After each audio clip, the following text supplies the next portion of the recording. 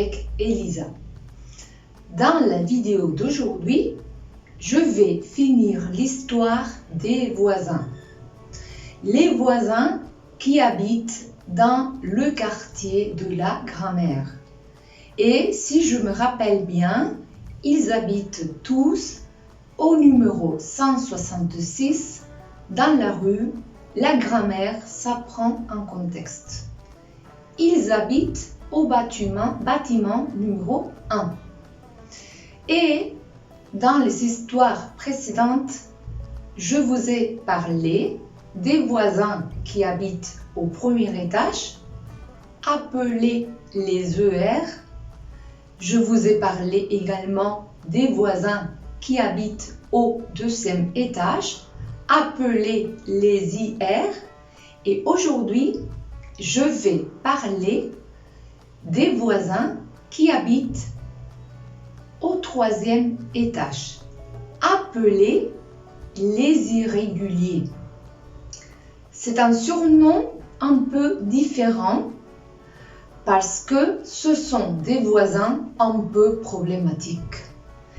Ce sont des voisins très irréguliers dans le paiement de leurs factures. Ils font ce qu'ils veulent. Ils ne respectent pas de normes. Alors, c'est un peu difficile de vivre avec eux. Leurs voisins du premier et du deuxième étage sont un peu fatigués parce que les voisins du troisième étage les dérangent, les embêtent tout le temps. Au troisième étage, il y a 3 appartements.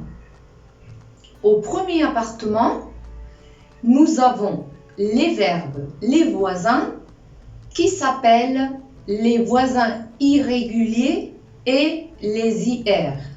Alors, vous avez des voisins comme venir, sortir, partir, dormir, etc. Dans la porte d'à côté, c'est l'appartement numéro 2. Nous avons des voisins qui sont aussi problématiques et on les appelle les OIR.